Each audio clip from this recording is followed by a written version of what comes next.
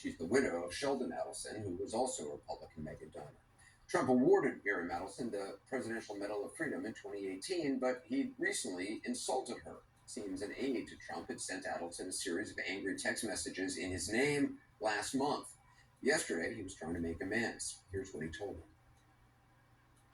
I have to say, Miriam, I watched Sheldon sitting so proud in the White House when we gave Miriam the Presidential Medal of Freedom. That's the highest award you can get as a civilian. It's the equivalent of the Congressional Medal of Honor, but civilian version. It's actually much better because everyone gets the Congressional Medal of Honor. That's soldiers. They're either in very bad shape because they've been hit so many times by bullets or they're dead. She gets it, and she's a healthy, beautiful woman. And they're rated equal. But she got the Presidential Medal of Freedom. So a couple of things. First of all, what he's calling the Congressional Medal of Honor is actually called the Medal of Honor. It's this country's highest award for military valor. He was president. You'd think he would know what this nation's highest award for valor is actually called. It dates back to the Civil War. It's given in the name of Congress. The Presidential Medal of Freedom is the country's highest award for a civilian, and that dates back to the early 1960s. Now, why the former president felt the need to say that the Presidential Medal of Freedom is better, because often those who receive the Medal of Honor have been wounded or killed, is unclear.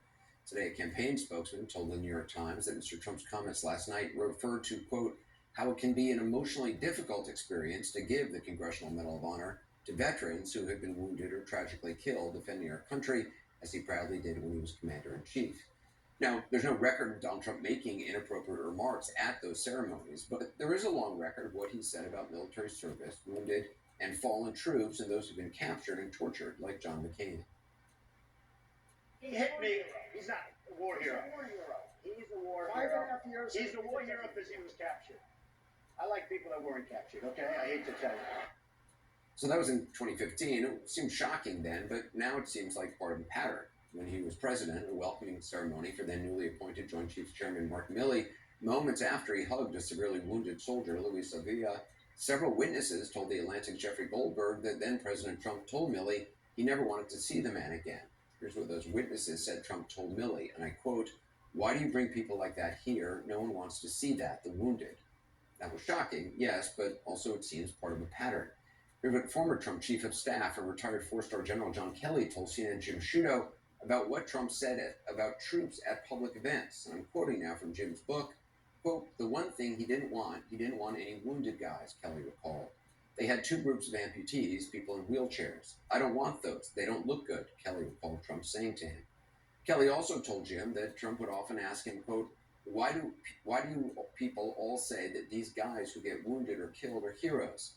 In a statement to CNN's Jake Tapper, General Kelly was even more categorical, describing his former boss as, quote, "a person that thinks those who defend their country in uniform or are shot down or seriously wounded in combat or spend years being tortured as POWs are all suckers because there's nothing in it for them."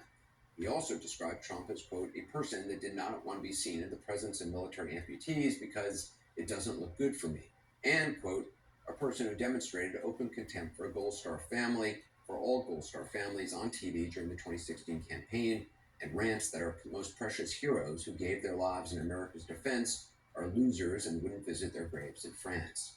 The former president has denied he said any of those things. The retired Marine four-star general and Gold Star father himself says he did. On the other hand, the former president's running mate defended him. This is a guy who loves our veterans and who honors our veterans. I don't think him complimenting and saying a nice word about a person who received the Presidential Medal of Freedom is in any way denigrating those who received military honors. If what J.D. Vance is defending were the first such remark from Donald Trump, that would be one thing. It's not even one of the first dozen. Even in jest, the message is clear. This is from a 1998 conversation Donald Trump had with Howard Stern, but it's not the all too familiar clip about avoiding STIs because being his personal Vietnam. I even went as far to say that you're braver than any Vietnam vet because you're out there screwing a lot of women. Congressional Medal of Honor in actuality. Well, joining us now, former Republican Congressman and Navy SEAL Scott Taylor, and Adam Kinzinger, also a former Republican Congressman, currently Lieutenant Colonel in the Wisconsin Air National Guard. Congressman Kinzinger, I mean, is this, what do you make of